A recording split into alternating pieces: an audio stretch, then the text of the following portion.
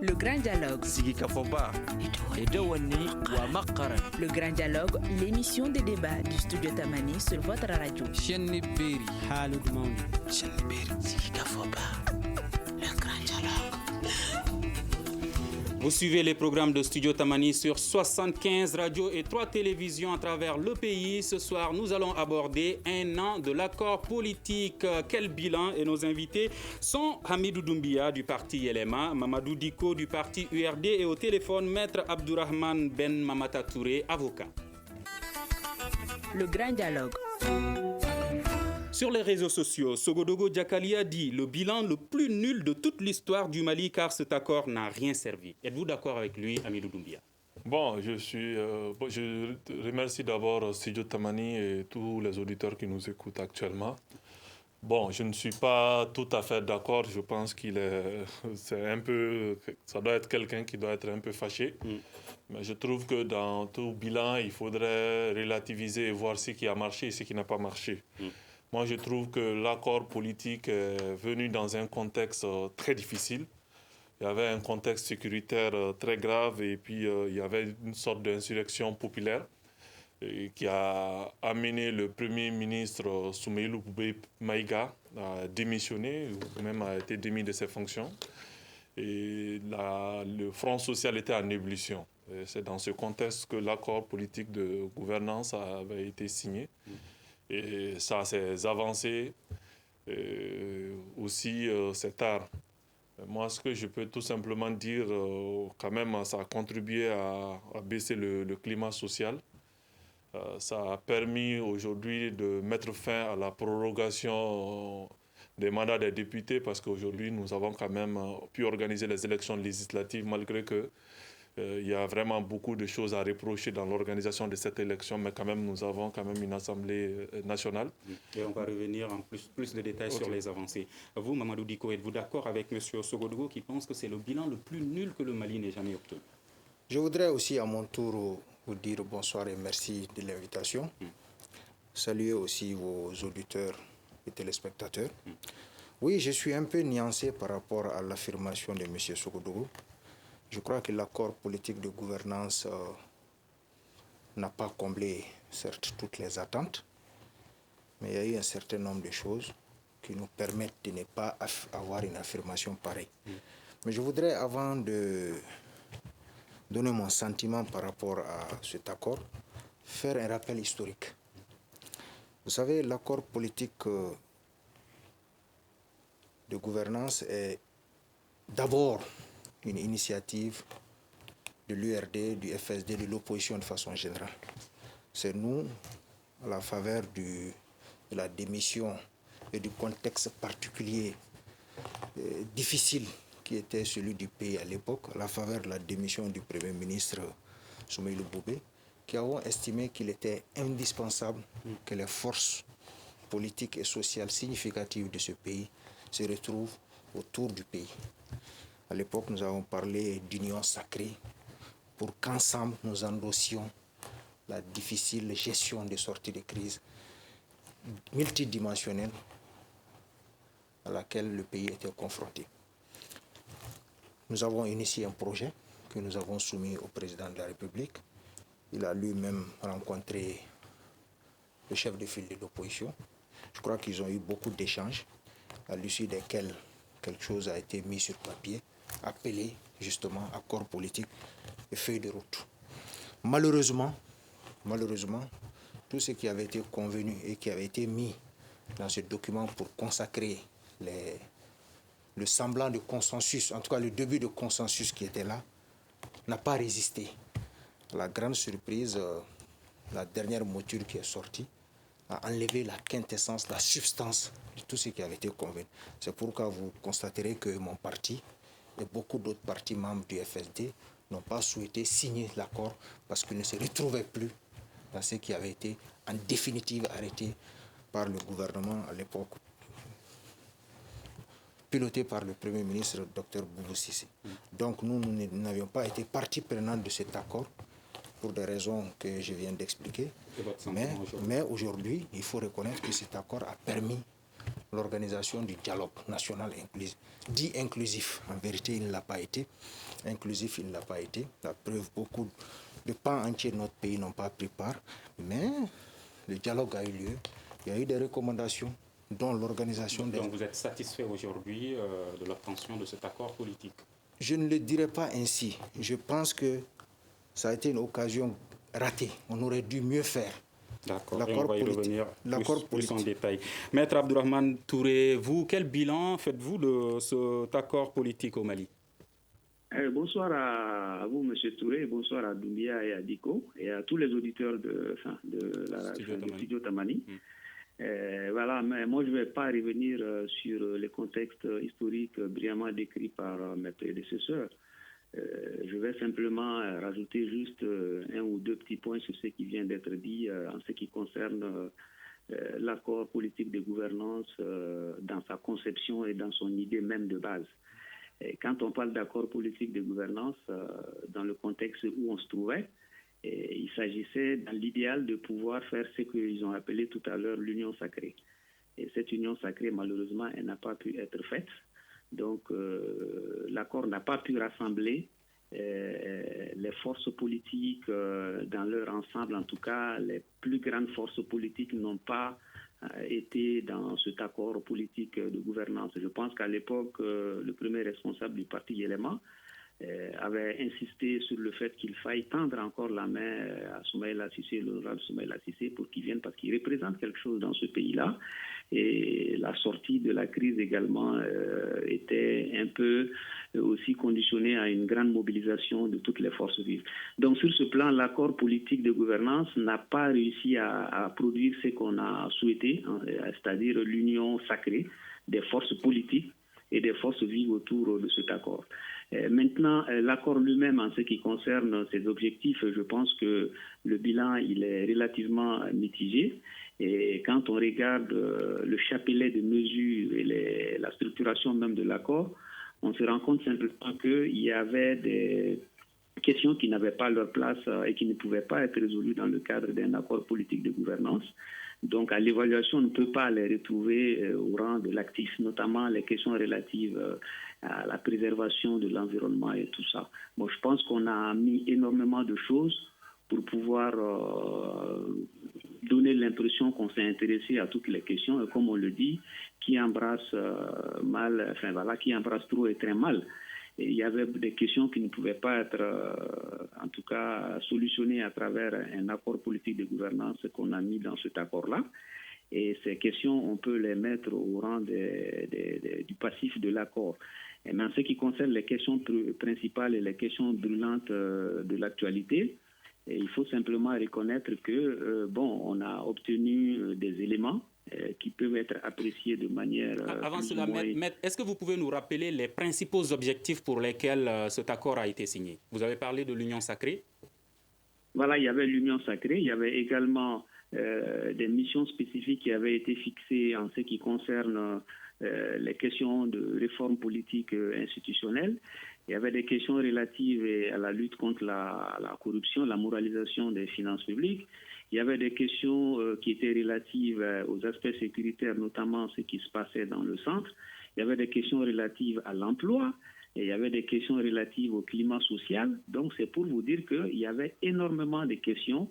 Et l'accord avait même l'allure pratiquement d'un programme de gouvernement pratiquement. Donc, toutes les questions, en tout cas, qu'un pays anormal comme le nôtre peut connaître, étaient pratiquement dans cet accord politique de gouvernance avec une durée de 1 an.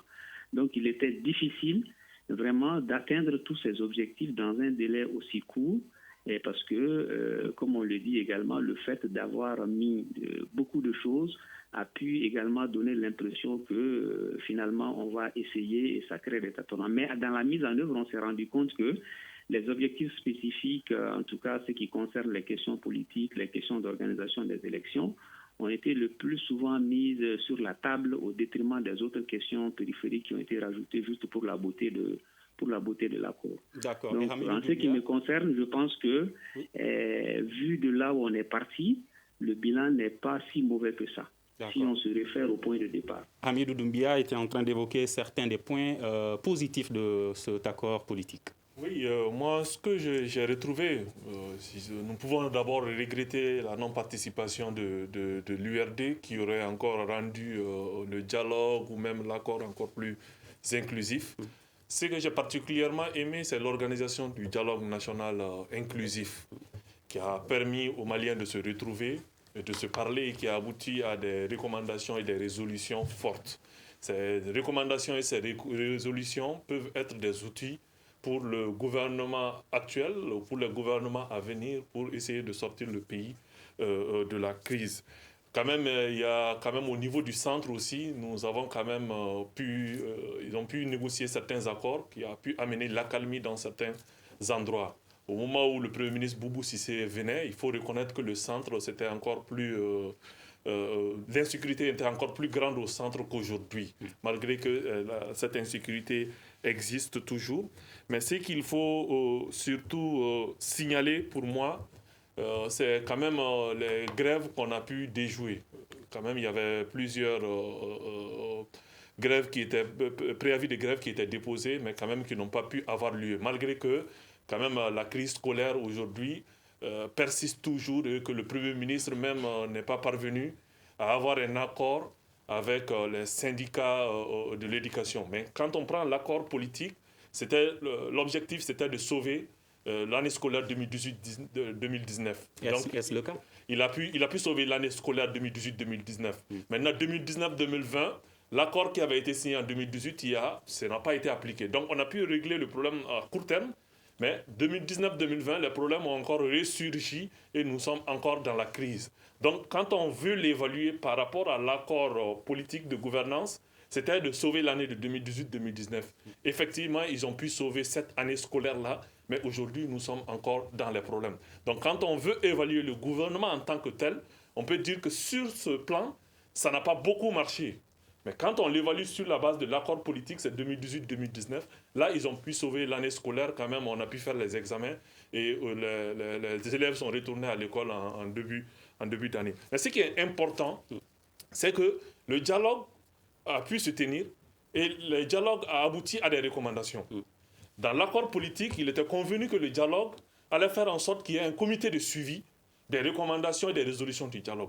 Jusqu'à aujourd'hui, ce comité n'a pas été mis en place et on est en train de tâtonner dans la mise en œuvre des recommandations du dialogue. Et après tout cela, on parle de la relecture de l'accord pour la paix parce que les uns et les autres parlent de l'organisation des élections législatives. C'est vrai, on a pu les organiser. Mais après cela, quand même, on parle de la relecture de l'accord pour la paix issu du processus d'Alger. Et jusqu'à présent, le gouvernement n'a mis aucun dispositif en place pour essayer de quand même donner un début de solution à cette relecture-là. On est en train de nous sortir des arguments sur la réforme institutionnelle et politique, alors que quand on se fie à l'esprit du dialogue, des recommandations du dialogue, c'est d'abord la relecture de l'accord pour la paix issu du processus d'Alger, ensuite aller vers les réformes institutionnelles et politiques. Et puis, on devait aussi faire en sorte que l'administration retourne dans beaucoup d'endroits. Mais aujourd'hui, force est de constater qu'il y en a beaucoup, surtout au nord, où l'administration n'est pas là, les services sociaux de base ne sont pas présents. Donc moi, je trouve que quand on essaie d'analyser globalement aujourd'hui les objectifs qui étaient assignés au gouvernement Boubou Cissé et au gouvernement issu de l'accord politique de gouvernance, on peut dire que le bilan est vraiment mitigé et qu'ils peuvent mieux faire pour le bien-être de nos concitoyens. D'accord. Mamadou Diko, est-ce que vous partagez ces points de vue de M. Doumbia? Oui, en partie, oui. Lesquels ne partagez-vous pas? Je partage l'analyse qui consiste à dire que le dialogue a eu lieu. Ça a été une bonne chose. Il a rappelé, et je m'en félicite, que le dialogue a abouti à des recommandations qui n'ont pas encore été mises en œuvre. Il a parlé, il a raison, du redéploiement de l'administration. En définitive, ce que je note, c'est que ce dialogue avait un objectif principal, qui était l'organisation des élections législatives, qui ne nécessitait pas un dialogue. La loi qui avait prorogé les mandats des députés disait précisément qu'il fallait organiser les élections avant le 2 mai. Malheureusement, il y a eu de la précipitation. Nous avons organisé des élections dans les conditions que vous savez, particulièrement désastreuses, qui ont conduit à toutes ces contestations. Étaient-ce des élections crédibles? Elles ne l'étaient pas, en vérité. C'était des élections tenues dans un contexte d'insécurité physique et sanitaire extraordinaire. Ceci a eu sans nul doute un impact sur le taux de participation, sur la mobilisation des citoyens. Vous avez vu, après les élections, il y a eu beaucoup de contestations. Le tour joué par la Cour constitutionnelle aussi n'a pas apaisé les choses. Bref, j'ai eu l'impression que le dialogue national inclusif, sur les quelques 6 fortes recommandations, il n'y en a qu'une seule qui a été mise en œuvre, dont l'objectif final est justement d'aller aux réformes institutionnelles, à la révision constitutionnelle. Alors que j'estime que ce n'est pas tellement aujourd'hui la priorité du pays. La priorité du pays, c'est de faire en sorte qu'il soit un pays stable, que l'administration soit partout, afin que, effectivement, les réformes nécessaires, indispensables, que nous appelons de tous nos voeux, soient. Aujourd'hui, il est incontestable que notre pays a besoin d'être réformé, ne serait-ce que sur le plan de la gouvernance électorale. Les réformes par rapport aussi à notre système électoral, il faut revoir. Tout le monde s'accorde à dire que le système aujourd'hui tel qu'il est ne permet pas la tenue d'élections apaisées. Concernant ces élections, certains estiment que si ces élections n'ont pas été crédibles, transparentes, l'URD est complice en s'alliant aux partis au pouvoir, notamment le RPM. L'URD n'a pas mission. La mission de l'URD, ce n'est pas d'organiser les élections, c'est d'y participer. Il appartient, et s'il y a échec, c'est le gouvernement de la République qui en assure l'entière responsabilité. C'est lui qui devrait assurer les conditions de sécurité nécessaires à la tenue de ces élections. C'est lui qui devait assurer les conditions de transparence nécessaires à la tenue de ces élections. S'il y a faille à ce niveau, on ne saurait faire porter la responsabilité à quiconque. C'est au gouvernement et au gouvernement seul d'assumer cette responsabilité. Mais si l'URD n'a pas voulu participer à l'accord politique, au dialogue national inclusif, parce que selon l'URD, les conditions d'organisation et toutes les recommandations de l'URD n'ont pas été prises en compte, pourquoi l'URD est parti jusqu'à s'allier au parti au pouvoir qui organise ces élections? Ce débat, je crois que vous faites le relais d'un débat qui empoisonne inutilement la vie publique. Ce sont des auditeurs qui posent ces questions et qui veulent avoir des réponses par rapport à cela. Les gens en font de l'exploitation qui n'en vaut pas, de mon point de vue, la peine. Et donc, on va poser cette question à Maître Touré. Maître Touré, pensez-vous que... Oui, vous aurez la parole tout à l'heure. Maître Touré, pensez-vous que ces questions que se posent certains Maliens sont légitimes? Oui. Bon, il y a beaucoup de questions que les Maliens se posent. Moi, je ne sais pas de quelles questions vous parlez. Celle-ci, concernant puisque M. Diko a évoqué tout de suite l'organisation des élections qu'il juge non crédibles et non transparentes, certains Maliens se posent la question pourquoi l'URD est parti jusqu'à s'allier au parti au pouvoir à travers ces élections législatives-là. Oui, moi je pense que c'est une question pertinente, mais vous avez coupé la parole à Diko, il aurait pu être... Il a répondu à cette question et je voulais que vous reveniez sur cela. Non. Je vous ai laissé développer, vous avez dit que sur cela, vous n'avez pas jugé légitime. Maître Touré, à vous. Vous aurez dû me laisser développer. Vous aurez tout de suite la parole pour développer. Donc, moi, je vais simplement revenir, comme vous m'adressez la question directement. Oui. Allô, vous m'entendez? Allez-y. Je pense qu'il faut qu'on se dise les choses de manière assez claire et objective.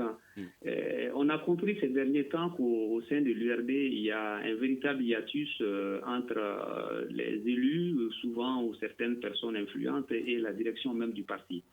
Et ces éléments, ce hiatus maintenant est confirmé par beaucoup d'autres éléments avant la constitution des listes, ce qui a présidé à la constitution des listes. Je pense que c'est quelque chose que tous les partis, en tout cas, ont presque vécu. Ils sont tous allés sur des listes hybrides au nom de ce qu'ils ont appelé à l'époque des réalités locales. Mais dans la réception et la perception de ce genre de phénomène, les citoyens ne se retrouvaient plus. Parce que dans l'imaginaire populaire, il y a des partis qui ne pouvaient jamais se retrouver sur la même liste. Mais pour des raisons, en tout cas, propres à chaque formation politique, elles ont pratiquement toutes fait ces alliances qui ont été qualifiées de contre-nature. Certains estimaient que ça viole la charte des partis politiques.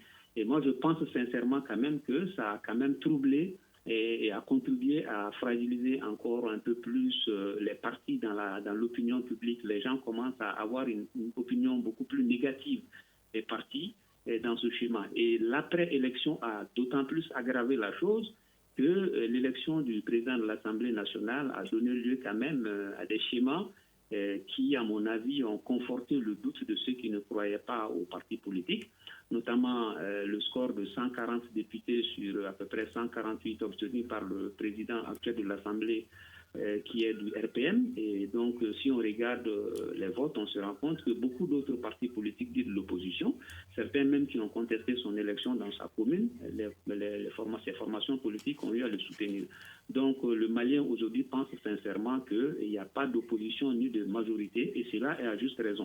Et ce qui est d'autant plus grave dans cette situation, c'est que les partis politiques, également dans leur mission de formation, beaucoup ont mis en avant le fait qu'il y a eu des achats de conscience, que c'est des questions qui ne sont pas conformes aux valeurs. Et parlant de valeurs, les personnes qui se disent, moi j'ai discuté avec des personnes qui disent qu'à partir du moment où ils ont fait des listes hybrides contre nature, pourquoi nous on ne va pas prendre de l'argent? Parce que c'est devenu un jeu, c'est devenu une question de positionnement. Il faut simplement trouver des arguments pour justifier. Donc ces élections en réalité ont contribué à ternir davantage l'image des politiques par ce jeu politique qui a été incompris. Cela est une réalité, n'est-ce pas, que tout le monde reconnaît. Pour revenir à l'URD, Diko le sait très bien. L'URD a fait un communiqué, je pense, la semaine passée pour dire que la direction avait donné des consignes fermes aux élus, mais qui n'ont pas respecté. Donc ça fait partie également de la vie d'un parti. C'est des aléas qui arrivent, il faut les reconnaître et les assumer, et demander à la limite pardon aux militants pour ce genre de gestes plutôt que d'essayer de les justifier par d'autres raisons. Mais s'agissant de toujours le dialogue national inclusif, moi je vous disais tout à l'heure que si on veut évaluer, faire le bilan de ce dialogue, il y a deux méthodes. Soit on fait une gestion axée sur les activités en faisant un chapelet de tout ce qui a été réalisé, soit on fait une gestion axée sur les résultats en nous intéressant maintenant à l'efficience et à l'efficacité maintenant des activités qui ont été réalisées. En ce qui concerne les élections législatives, je l'ai dit tout à l'heure, déjà, ça a terni l'image des partis politiques. Secondo, ça fragilise également aussi les institutions. Parce que lorsqu'on voit un président de l'Assemblée nationale qui a été élu par ses pairs, l'une des plus belles élections, et qui remercie le président de la République avec d'autres chefs de partis politiques, je pense qu'indirectement ou inconsciemment, on renforce l'idée que nous sommes dans un régime présidentiel de facto plutôt qu'un régime semi-présidentiel. Je m'explique. Le président de la République, en tout cas théoriquement, même s'il est du parti majoritaire, nomme un premier ministre qui conduit la politique de l'action gouvernementale devant une assemblée qui contrôle cette action gouvernementale. À partir du moment où le président de la République nomme, je peux me permettre cette expression, le président de l'Assemblée nationale, qui va être en charge de contrôler l'action gouvernementale d'un premier ministre nommé par le président de la République, il va sans dire également que ça pose des questions sur la nature réelle de notre régime. Rajouter à cela également que la nomination d'autres membres d'autres institutions telles que la Cour constitutionnelle, certains membres sont nommés par le président de l'Assemblée nationale, nommés par le président de la République. Donc finalement, on se retrouve dans un schéma où des institutions se retrouvent avec des membres totalement nommés par le président de la République. D'accord. Si merci Touré, je vous donnerai la parole tout à l'heure. Monsieur Doumbia, est-ce que vous pensez que ces élections ont été libres et transparentes? Est-ce que vous pensez aujourd'hui que l'URD fait partie de l'opposition? Moi, ce que je vais tout simplement dire, pour parler de ces élections, permettez-moi de penser à l'honorable Soumaïla Cissé, qui est aujourd'hui privé de sa famille, privé de sa liberté, parce que tout simplement le gouvernement avait assuré tout le monde qu'il allait organiser les élections et qu'il allait sécuriser tous les candidats. Je pense à lui et dire que le parti Guérema soutient l'URD dans cette douloureuse circonstance. Maintenant, pour revenir à la tenue des élections, je peux vous dire que ces élections législatives ont été les élections les plus contestées depuis que moi j'ai commencé à suivre la scène politique malienne. Parce que tout simplement, les voix qui sont sorties des urnes ont été, je pense, détournés par ceux qui doivent assurer la transparence et qui doivent dire le droit. Et par endroit, vous allez vous retrouver avec 10 000 voix d'écart que la Cour constitutionnelle se permet de changer. En commune 1 du district de Bamako, vous vous retrouvez avec la Cour qui écarte 3 quartiers, notamment 5 centres de vote sur des arguments vraiment qui ne sont pas des arguments solides. Donc, il y a eu des contestations dans beaucoup d'endroits, à Mopti, en commune 1, en commune 4, en commune 5, à Koro et beaucoup d'autres localités où vraiment les uns et les autres se sont dit qu'il y a une assemblée nationale sous la forme de Sénat. Certains ont été bien élus et certains ont été nommés. Parce que tout simplement, ils ne jugent pas de la légitimité populaire. Maintenant, pour ce qui est du statut de l'URD, ils se sont inscrits dans l'opposition. Mais à travers leur attitude, je pense qu'il y a une complicité entre l'opposition et la majorité. L'opposition qui reçoit quand même un fonds, 500 millions, pour s'opposer à la majorité et s'opposer à la politique du gouvernement. Cette opposition s'allie avec le gouvernement à travers les alliances électorales, et aussi à voter pour le candidat de la majorité présidentielle. On peut aussi dire que l'opposition a contribué à renforcer la majorité présidentielle. Parce que dans beaucoup d'endroits, l'opposition a contribué à l'élection d'un parti politique de la majorité. Donc ça veut dire que vous vous opposez à un programme du gouvernement, vous dites que le président de la République n'est pas bon et qu'il est en train de conduire le pays à l'abîme, et à un moment donné, vous soutenez ce même gouvernement à avoir des députés et à avoir une majorité confortable. Donc, ce qui a amené beaucoup de nos concitoyens à se poser la question de la légitimité même de la présence de l'Union pour la République et la démocratie dans l'opposition. Moi, ce que je peux tout simplement dire, de par aujourd'hui cette attitude, nos citoyens n'ont plus confiance aux politiques. Ils se disent que s'il s'agit de nos intérêts personnels, on se met ensemble parce que je vous rappelle que lors du dialogue national inclusif, on a tout fait pour que l'URD vienne et qu'on échange sur le Mali, qu'on échange par rapport à la crise que connaît notre pays. L'opposition n'est pas venue. Mais lorsqu'il s'agit des intérêts des uns et des autres, parce que l'opposition veut gagner des sièges, la majorité veut gagner des sièges, ils se mettent ensemble en ce moment. L'esprit même de s'opposer à la majorité présidentielle, aujourd'hui, on contribue à détruire aujourd'hui cet esprit-là. Donc moi, ce que je veux tout simplement dire, c'est que ça serve de leçon pour les prochaines élections. Parce qu'aujourd'hui, nos citoyens ne nous font plus confiance. Je vous donne juste l'exemple pratique. En commune 5 du district de Bamako, l'honorable Moussa Téminé est contesté par l'URD, l'ADP et l'ADEMA. Et au même moment où vous dites aux gens de sortir et dire que vous n'êtes pas d'accord, au même moment à l'Assemblée nationale, c'est l'URD, l'ADP et l'ADEMA qui votent pour le député dont la légitimité est contestée par leurs militants ou leur parti à la base. Donc vous voyez un peu comment est-ce que c'est difficile de lire un peu la ligne politique des uns et des autres. Donc, êtes-vous d'accord avec M. Touré qui évoque la possibilité que Moussa Téminé soit nommé président de l'Assemblée nationale au lieu d'être élu? Oui, mais il y a beaucoup d'éléments qui nous montrent cela. D'abord, la manière dont il a été élu. Dans les urnes, les résultats donnés par le gouvernement, ces résultats confirmés par l'administration territoriale ne lui donnaient pas gagnant. Premier élément. Deuxième élément, le parti au pouvoir, le RPM, le Rassemblement pour le Mali, avait officiellement donné le nom de son candidat, qui était l'honorable Djarasouba. Mais il a fallu une réunion avec le président de la République pour qu'il dise non, je ne veux pas de Djarasouba, mon candidat, c'est honorable Téminé. Et ce qui a fait que la majorité était même divisée lors de la session parlementaire, et Téminé et Djarasouba a retiré sa candidature au profit de l'honorable de Moussa Téminé. Donc tous ces éléments montrent qu'il a été nommé, et quand il a été nommé, il a remercié le président de la République. Montesquieu dit que par la disposition des choses, le pouvoir doit arrêter le pouvoir. Ça veut dire que le pouvoir législatif doit contrôler le pouvoir exécutif. Mais au même moment où ces deux pouvoirs doivent se contrôler, le président du législatif remercie le président de la République et dit qu'il doit tout à ce président de la République. Mais comment est-ce que le contrôle de l'action gouvernementale va se faire de manière transparente? Nous avons énormément de doutes sur cette question. À vous, M. Dicko. Oui, je voudrais revenir sur ce que les uns et les autres ont appelé alliance contre nature et puis l'élection du président de l'Assemblée nationale. Le communiqué que l'URD a produit juste après tout ce bruit-là. Je pense que ceux qui parlent d'alliance contre nature ignorent peut-être les conditions dans lesquelles les candidatures sont portées. À l'URD, c'est la base qui décide de qui est candidat et avec qui il faut aller. Et je crois que c'est valable pour tous les autres partis. La preuve, le Yélema est allé avec le RPM. À ce que je sache, le Yélema est profondément opposé, sans être inscrit dans l'opposition que l'URD incarne. Le Yélema est fortement opposé à la gouvernance actuelle, au RPM donc. Les alliances, elles se font à la base. En tout cas, en ce qui concerne l'URD. Il appartient aux acteurs à la base de définir avec qui ils peuvent aller pour gagner. C'est une alliance électorale.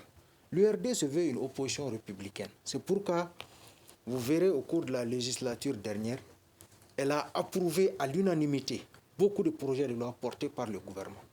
Nous estimons que chaque fois que, en âme et conscience, nous estimons que l'intérêt du pays est en cause, nous n'hésiterons pas à dire oui avec la majorité pour faire triompher certains projets. C'est ce qui a fait que, par rapport à Moussa Téméné, l'URD a fait un communiqué. L'URD a dit qu'il reconnaît que ça aussi c'est courageux, il faut l'admettre, que les députés n'ont pas suivi la consigne donnée par la direction. Mais c'est un problème interne à l'URD.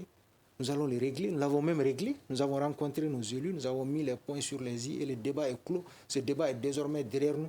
Ce qui importe pour l'URD, ce n'est pas... Tout cela est-il dû à l'absence de... Non, pas du tout. Soumaïla Cissé? Pas du tout. La preuve, quand on prenait la loi portant prorogation du mandat des députés, Soumaïla Cissé était là. La même consigne avait été donnée aux députés de voter nul par rapport à la prorogation. Mais les députés ont voté pour. Certains députés, à part deux, je crois Modindia et Paix à son âme et l'honorable Soumaïla Cissé, ont été les deux. Ça, c'est la preuve de la bonne santé, de la vivacité de notre parti.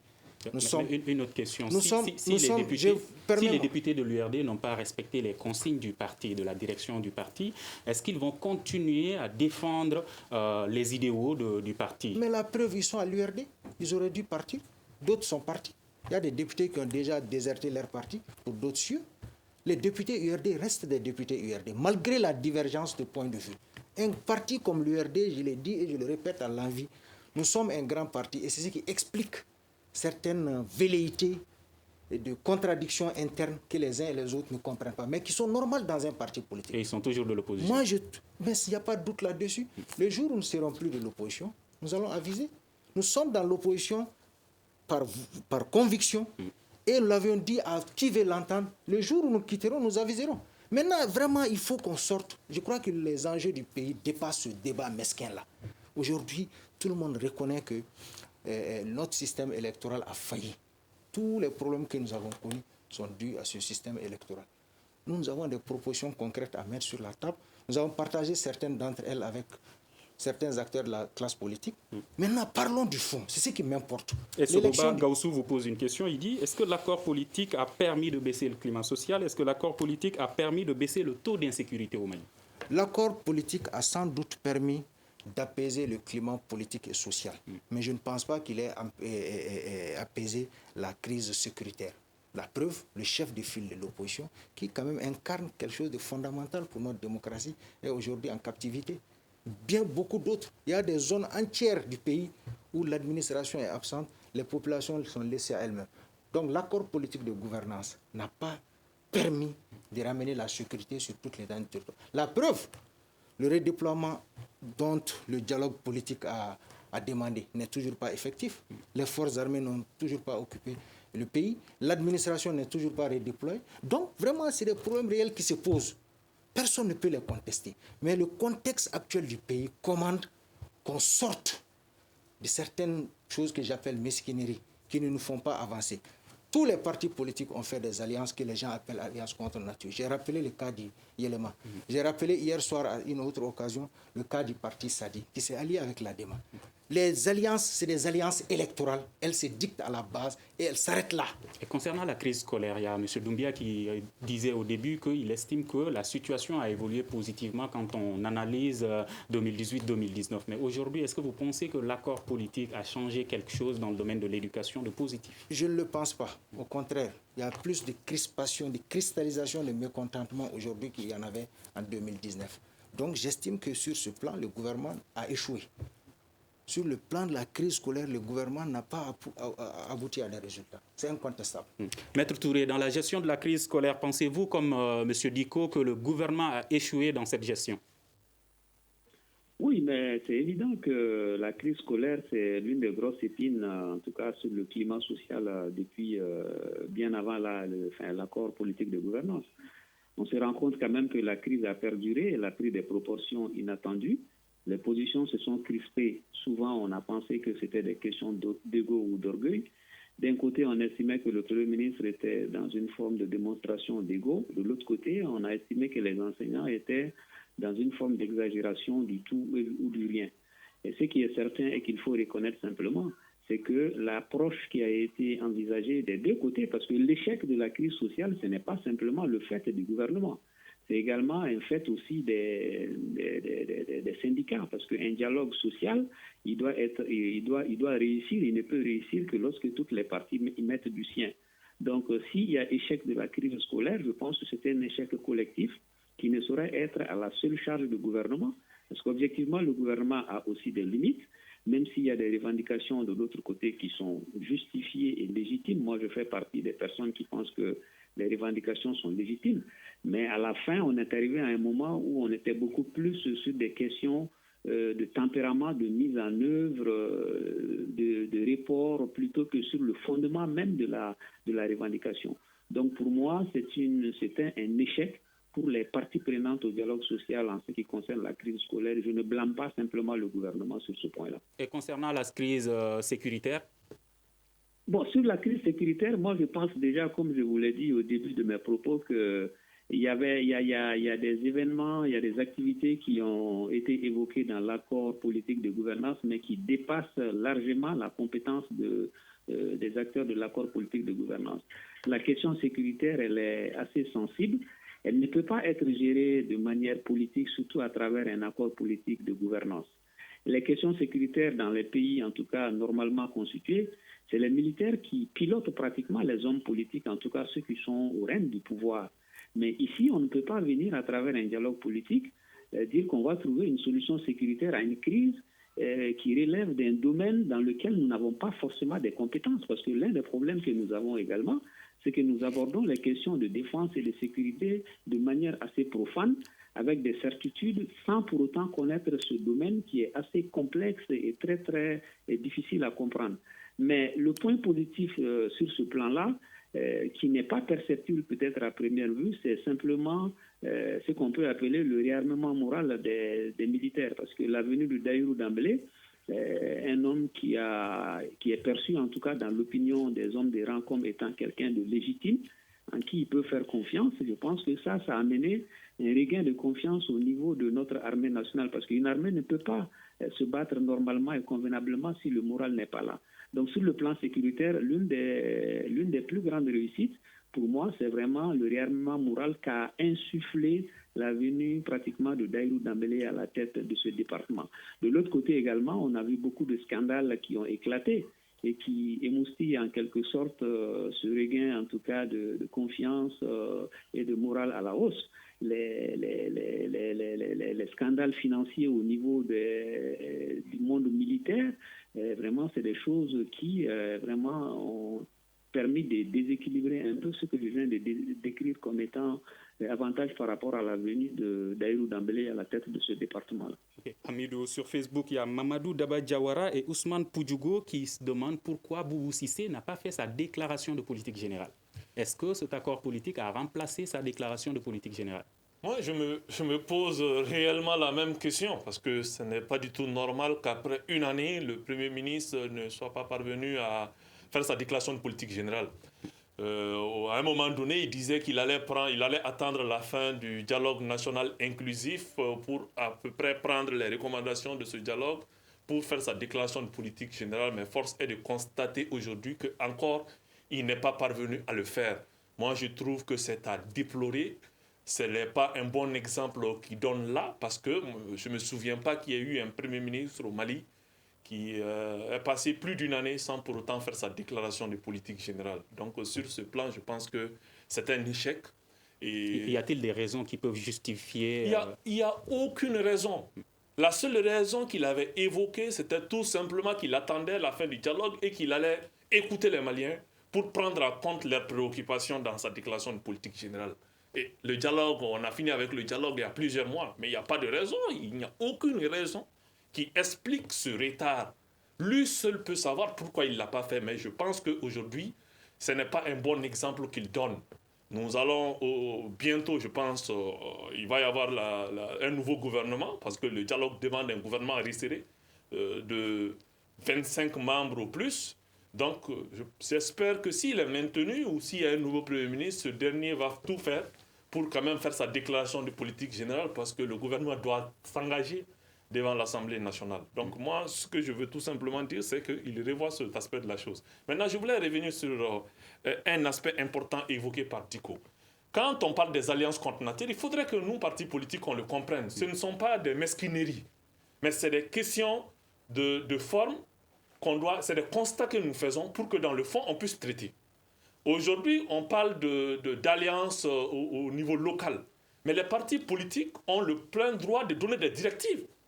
L'URD peut donner des directives au niveau de son bureau national. OK, à Sikasso, faites des alliances avec tout le monde, mais ne faites pas d'alliance avec le RPM.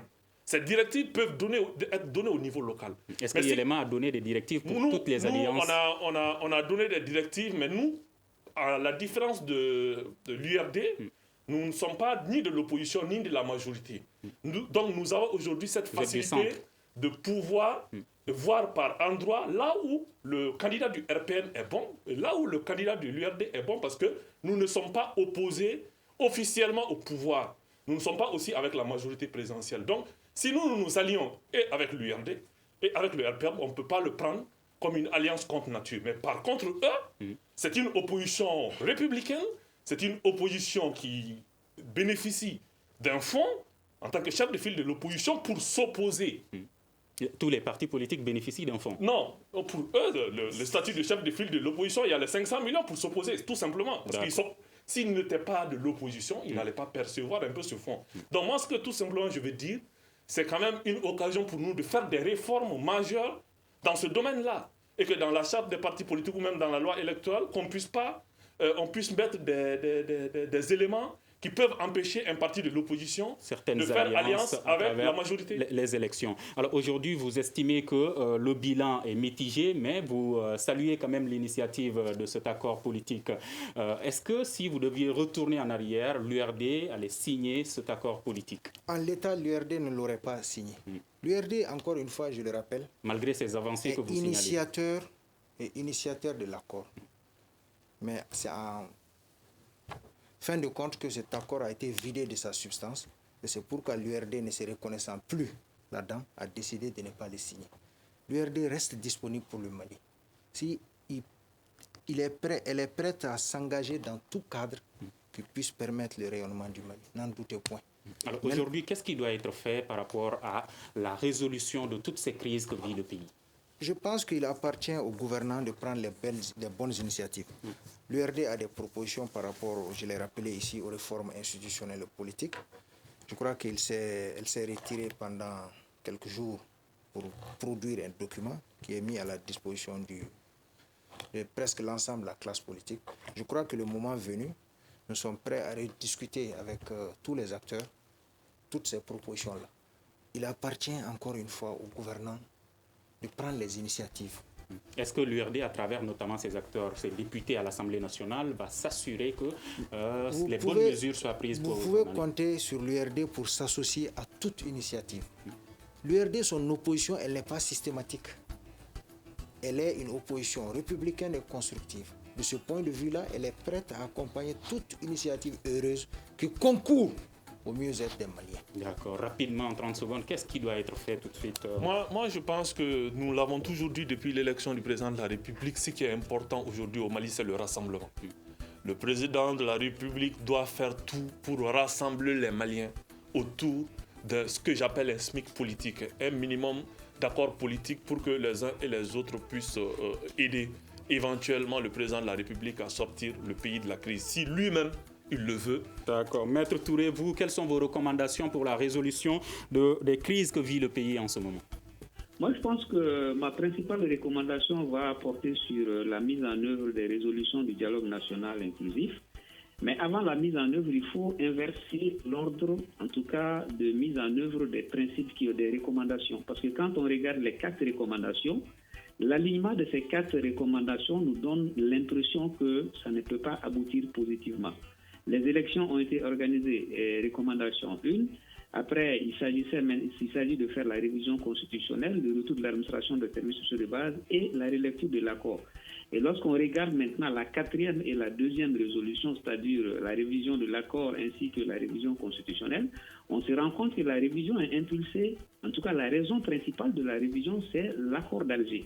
Tant qu'on ne modifie pas l'accord d'Alger, on ne pourra pas parler objectivement de révision constitutionnelle. Merci à suivre beaucoup. La résolution dans son déroulé, on révise.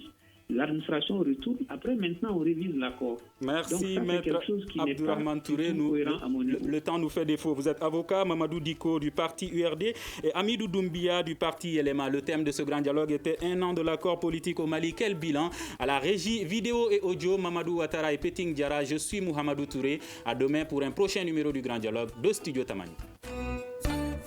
Le grand dialogue. Le grand dialogue, l'émission des débats du Studio Tamani sur votre radio.